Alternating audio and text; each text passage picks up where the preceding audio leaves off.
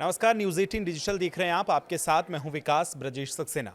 दिल्ली से वृंदावन तक अब आस्था, अध्यात्म और सनातन एकता की सबसे बड़ी यात्रा निकलने जा रही है, क्योंकि बागेश्वर धाम के प्रमुख पंडित धीरेन्द्र कृष्ण शास्त्री कल यानी 7 नवंबर से 150 किलोमीटर लंबी बाबा बागेश्वर धाम पद यात्रा शुरू करेंगे। ये यात्रा करीब 10 दिन तक चलने वाली है और दिल्ली, हरियाणा और उत्तर प्रदेश के 6 जिलों से होती हुई गुजरेगी, जहां करोड़ों लोगों की इस यात्रा में जुड़ने की उम्मीद है। पंडित धीरेन्द्र कृष्ण शास्त्री ने इस यात्रा को सनातन एकता यात्रा बताया है।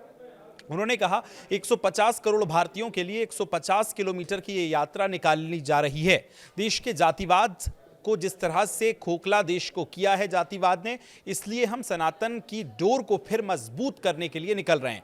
हम किसी के विरोध में नहीं है, बल्कि हिंदू एकता के पक्ष में हैं। इस यात्रा की खास बात यह है कि इससे सभी दिन जो है अलग अलग उद्देश्य के साथ ये यात्रा समर्पित होने वाली है। 10 नवंबर की यात्रा शहीद गुरु तेग बहादुर को समर्पित होगी। एक दिन किसानों के साथ ये यात्रा रहेगी और आखिरी दिन वृंदावन में आस्था के संगम के रूप में इसका समापन होने वाला है। अब यात्रा से पहले बाबा बागेश्वर ने क्या कहा वो आपको बताते हैं। उन्होंने कहा 1947 में एक मजहब की मांग पर पाकिस्तान बना था, अब भारत को हिंदू राष्ट्र बनने दीजिए, ये उन्होंने कहा। और लेकिन हमारा राष्ट्र हिंदू विचारों से चले, ना कि कागजों से, ये भी उन्होंने कहा।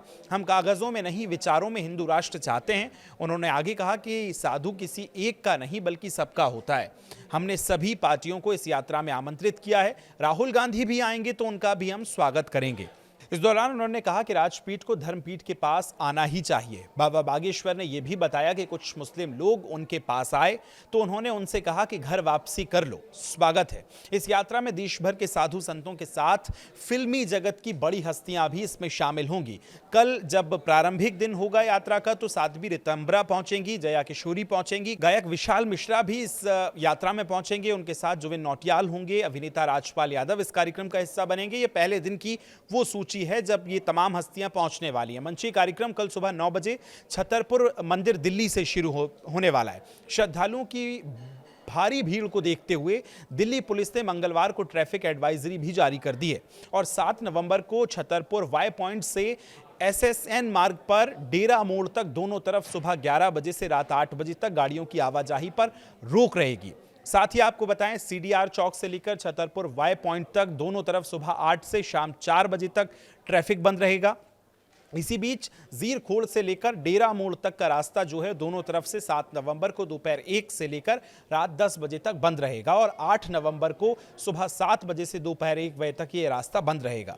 पुलिस ने CDR चौक से डेरा मंडी और जीर रोड तक किसी भी वाहन की पार्किंग पर रोक लगाई है और नियम तोड़ने वालों पर उनको कार्रवाई भी की जाएगी, चालान काटा जाएगा। लोगों को सलाह दी गई है कि SSN मार्ग, छतरपुर मंदिर और साथ ही 100 फुटा रोड जैसे रास्तों से बचें और वैकल्पिक रूट का इस्तेमाल करें।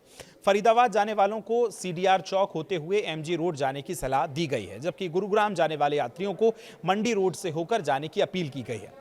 आस्था को एक बार फिर एक सूत्र में पिरोने का उद्देश्य बाबा बागेश्वर यानी पंडित धीरेन्द्र कृष्ण शास्त्री ने यह बताया कि इस यात्रा में ये यात्रा सिर्फ कदमों की नहीं है, बल्कि विचारों की भी एक पुकार है, जो जाति और धर्म से ऊपर उठकर सनातन एकता का संदेश देगी। अब इस यात्रा के बारे में आप क्या सोचते हैं कि आप इसमें शामिल होंगे? कमेंट करके जरूर बताएं। फिलहाल शुक्रिया।